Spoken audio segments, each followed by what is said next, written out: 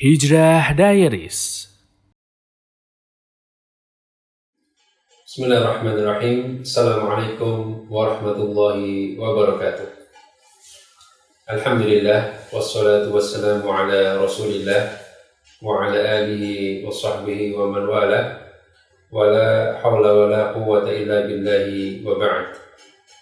Sahabat hijrah yang dimuliakan Allah subhanahu wa ta'ala, alhamdulillah, segala puji dan syukur kita panjatkan kepada Allah subhanahu wa ta'ala yang dengan limpahan rahmat, hidayah serta nikmatnya Allah subhanahu wa ta'ala masih memberikan kita kesempatan untuk hidup di dunia ini sebagai seorang muslim, sebagai seorang mukmin yang beriman kepada Allah dan Rasulnya.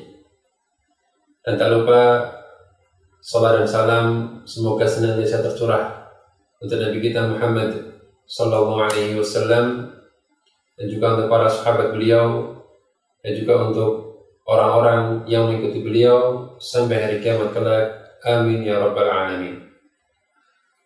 Sahabat hijrah yang dimuliakan Allah subhanahu wa ta'ala, ada sebuah surat dalam Al-Quran yang sangat sering kita baca dalam salat-salat kita.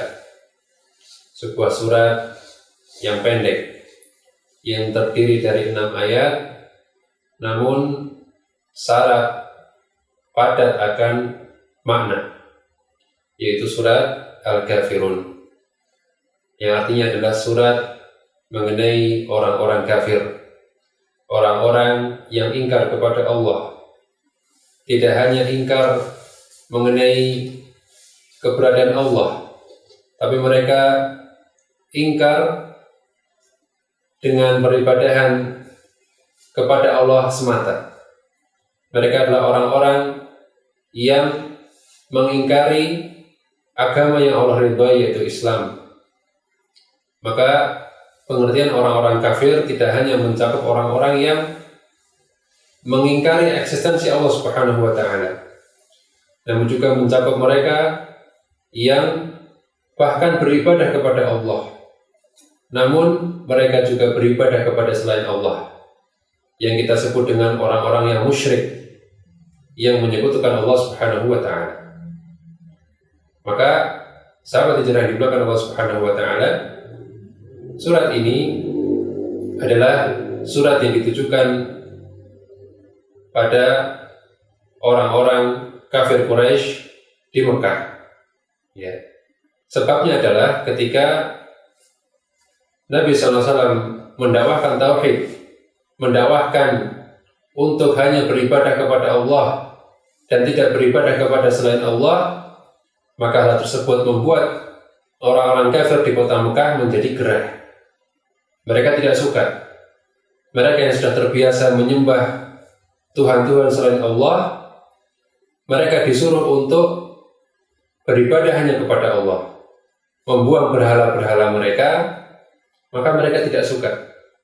Mereka terganggu dengan dakwah tauhid yang dibawa oleh Nabi sallallahu alaihi wasallam. Maka mereka berupaya dengan berbagai cara untuk menghentikan dakwah yang mulia ini. Maka kemudian mereka memberikan satu tawaran kepada Nabi sallallahu alaihi wasallam. Ya, mereka menawarkan kepada Nabi, "Wahai Muhammad, bagaimana jika kami berikan kepadamu harta-harta kami, sehingga kemudian engkau menjadi orang yang paling kaya di kota Mekah?" Maka dengan tegas Nabi SAW mengatakan tidak. Dengan imbalan bahwasanya Nabi harus menghentikan dakwah tauhid, Nabi mengatakan tidak. Ya.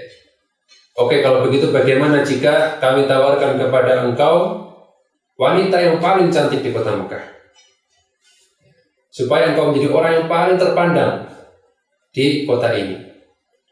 Maka Nabi SAW pun menjawab tidak. Ya. Beliau tidak mau menggadaikan dakwah tauhid ini dengan sesuatu yang rendah, tidak mau menggadaikan dakwah tauhid yang mulia ini dengan kemewahan duniawi. Ya. Beliau sama sekali tidak mau. Namun hal ini tidak menjadikan orang-orang kafir Quraisy kemudian menyerah. Ya. Mereka kemudian menawarkan sebuah kompromi kepada Nabi SAW. Baik, kalau begitu bagaimana jika kami beribadah hanya kepada Allah selama 1 tahun?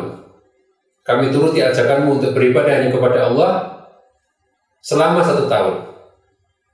Namun kemudian tahun berikutnya gantian. Engkau yang mengikuti kami beribadah kepada sesembahan-sesembahan kami. Jadi ditawarkanlah kepada Nabi sebuah kompromi. Ya, oke, kita akan ikuti ajakanmu, tapi setahun saja. Setelah itu gantian, engkau yang mengikuti kami. Maka kemudian Allah Subhanahu wa Ta'ala menurunkan suratnya, menurunkan firman-Nya kepada Nabi sallallahu alaihi wasallam. Allah Subhanahu wa Ta'ala berfirman, "Qul ya ayyuhal kafirun." Qul, katakanlah wahai Muhammad kepada mereka, ya ayyuhal kafirun, wahai orang-orang yang kafir. Ya, di sini Allah Subhanahu wa Ta'ala memerintahkan nabinya untuk mengatakan kepada mereka wahai orang-orang kafir. Jadi mereka disebut sebagai orang-orang yang kafir bukan karena mereka mengingkari adanya Allah, bukan karena mereka tidak beribadah kepada Allah, ya, tapi karena mereka beribadah kepada Allah, namun mereka juga beribadah kepada selain Allah. Ya, maka beribadah kepada Allah tidak cukup, ya, jika tidak meninggalkan penyembahan kepada berhala-berhala. Ya, maka orang yang menamakan anaknya dengan Abdullah, orang yang bersumpah dengan nama Allah, namun di saat yang sama mereka juga menyembah berhala, mereka bersumpah dengan nama-nama berhala, maka itu tidak disebut sebagai orang yang beriman kepada Allah. Allah tetap sebut orang-orang yang seperti itu dengan orang-orang kafir. Ya. Jadi meskipun orang-orang kafir Mekah ada yang bernama Abdullah, mereka juga bersumpah dengan nama Allah, mereka bahkan berdoa kepada Allah. Ya. Namun mereka menyekutukan Allah, maka mereka tetap disebut sebagai orang kafir. Qul ya ayyuhal kafirun la a'budu ma ta'budun. Allah perintahkan kepada nabinya untuk mengatakan la a'budu ma ta'budun. Aku tidak akan menyembah apa yang kalian sembah. Ya. Aku tidak akan menuruti ajakan kalian. Ya. Meskipun kalian mau menyembah kepada Allah dalam setahun, tapi bukan berarti aku harus ikut dengan kalian untuk menyembah selain Allah. Maka di sini Allah perintahkan Nabi itu tegas kepada mereka, aku tidak akan menyembah apa yang kalian sembah. Ya. Wala antum a'biduna ma a'bud. Dan kalian juga tidak menyembah apa yang aku sembah. Maksudnya kalian tidak menyembah sebagaimana aku menyembah Allah. Ya. Mungkin kalian berdoa kepada Allah. Mungkin kalian tawaf di Baitullah juga untuk Allah. Tapi ternyata kalian juga berdoa kepada selain Allah. Kalian juga dalam tawaf kalian menyebut nama berhala-berhala kalian. Ya. Maka kalian tidak beribadah dengan benar kepada Allah Subhanahu wa Ta'ala. Maka aku pun tidak akan beribadah. Ya. Dengan cara kalian juga tidak beribadah dengan caraku. Kemudian Allah Ta'ala melanjutkan, wala ana 'abidum ma 'abadtum. Dan aku sekali-kali tidak akan pernah menyembah apa yang kalian sembah. Ini merupakan kalimat penegasan dari Nabi sallallahu alaihi wasallam.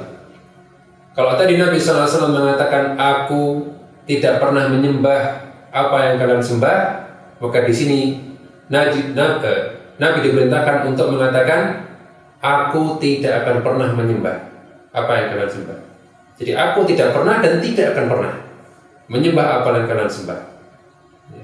Wala antum 'abiduna ma a'bud. Dan sekali lagi, kalian juga tidak akan menyembah apa yang aku sembah, yaitu Allah Subhanahu wa Ta'ala semata. Ya, yang tidak ada sekutu baginya. Ya. Lakum dinukum waliyadin, dan bagi kalian agama kalian dan bagiku agamaku. Ya. Jadi silahkan kalian dengan agama kalian, aku dengan agamaku, tidak perlu dicampur-campur. 1 tahun ikut agamaku, 1 tahun ikut agama kalian, tidak perlu. Ya. Kalau kalian tetap masih menyembah berhala, silakan. Ya, tapi aku juga tidak akan ikut-ikutan kalian. Maka ayat yang terakhir ini menjadi penutup yang tegas, ya, dari Allah Subhanahu wa Ta'ala, ya, untuk menguatkan ayat-ayat sebelumnya bahwasanya agama Islam itu adalah agama yang satu, yang tidak tercampuri dengan agama orang-orang musyrik. Ya.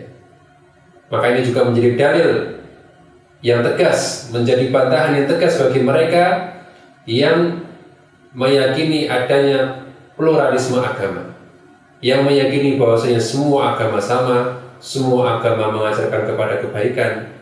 Ya. Kalau sama, Nabi SAW tidak perlu diperintahkan Allah untuk mengatakan hal ini. Kenapa? Karena agamamu benar, agamaku benar, sama-sama benar. Tentu tidak demikian. Agamaku adalah agama yang benar, agamamu agama yang salah. Ini yang sebenarnya ingin disampaikan. Ya. Tidak benar kemudian kita mengatakan sama-sama menuju kebaikan, sama-sama mengajarkan hal yang baik. Tidak benar. Ya. Inna dina 'indallahi Islam. Sungguhnya agama yang diridhoi di sisi Allah hanyalah Islam. Wa may yattaghi ghaira islami dinan, dan siapa yang mencari agama selain Allah fala yuqbala minhu, tidak akan diterima oleh Allah Subhanahu wa taala. Ya, maka sahabat hijrah yang dimuliakan Allah Subhanahu wa taala, jangan terkecoh dengan ajakan orang-orang liberal yang mereka berusaha untuk mencampur adukkan agama.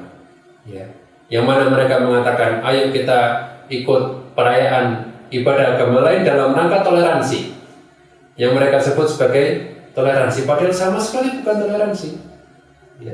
Karena kalau kita beribadah, merayakan hari raya kita, kemudian kita merayakan hari raya lain, agama lain, ya, maka ini tentu bertentangan dengan apa yang barusan kita bahas. Ternyata kita juga beribadah, beribadah dalam agama lain. Ya.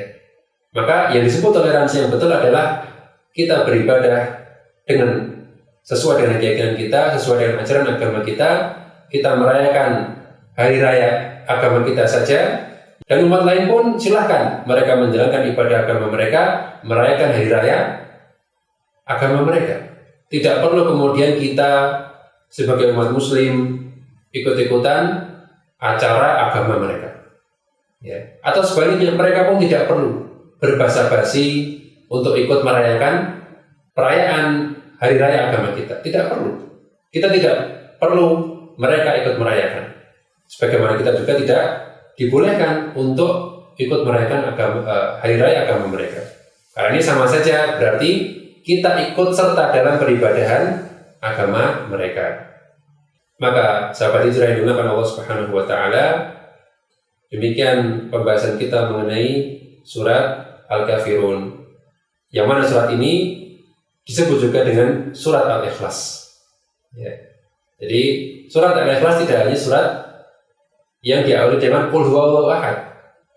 Ternyata ada surat lain yang juga disebut surat Al-Ikhlas, yaitu surat ini, surat Al-Kafirun. Sebagaimana riwayat dari Jabir radhiyallahu anhu, beliau mengatakan anna Nabi sallallahu alaihi wasallam qara'a fi rak'atay thawaf bi suratay Al-Ikhlas. Bahwasanya Nabi sallallahu alaihi wasallam ketika sholat sunnah setelah tawaf, beliau membaca dua surat Al-Ikhlas, yaitu surat Qul ya ayyuhal kafirun dan Qul huwallahu ahad. Kenapa bisa disebut surat Al-Ikhlas? Karena dia merupakan surat yang menegaskan pemurnian ibadah hanya kepada Allah. Karena arti ikhlas adalah memurnikan. Maka ibadah kita harus murni untuk Allah, tidak tercampuri dengan agama orang-orang musyrik. Ya, maka demikian yang kita bahas pada kesempatan kali ini. Semoga bermanfaat. Wassalamualaikum warahmatullahi wabarakatuh. Wa akhiru da'wana alhamdulillahi rabbil alamin.